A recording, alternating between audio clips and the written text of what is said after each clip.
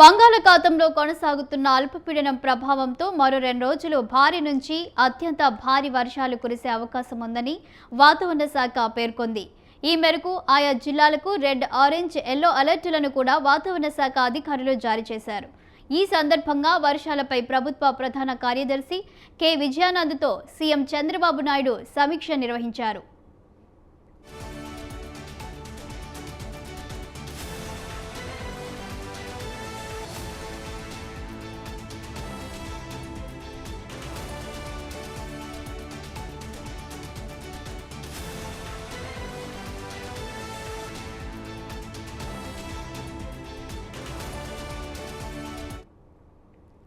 అల్పపీడనం వాయుగుండంగా మారుతుందన్న వాతావరణ శాఖ హెచ్చరికల నేపథ్యంలో అన్ని జిల్లాల కలెక్టర్లను అప్రమత్తం చేయాలని, జిల్లా కేంద్రాల్లో కంట్రోల్ రూమ్లు ఏర్పాటు చేసి ప్రజలకు అందుబాటులో ఉండాలని ఆదేశించారు.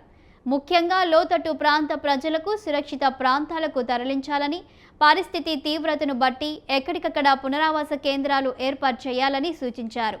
అలాగే భారీ వర్షాలు కొనసాగితే విద్యా సంస్థలకు సెలవులు ఇవ్వాలన్నారు. ముందస్తు సన్నద్ధతతో, అప్రమత్తతతో ప్రాణ, ఆస్తి నష్టం లేకుండా చూడాలని చంద్రబాబు అధికారులను ఆదేశించారు.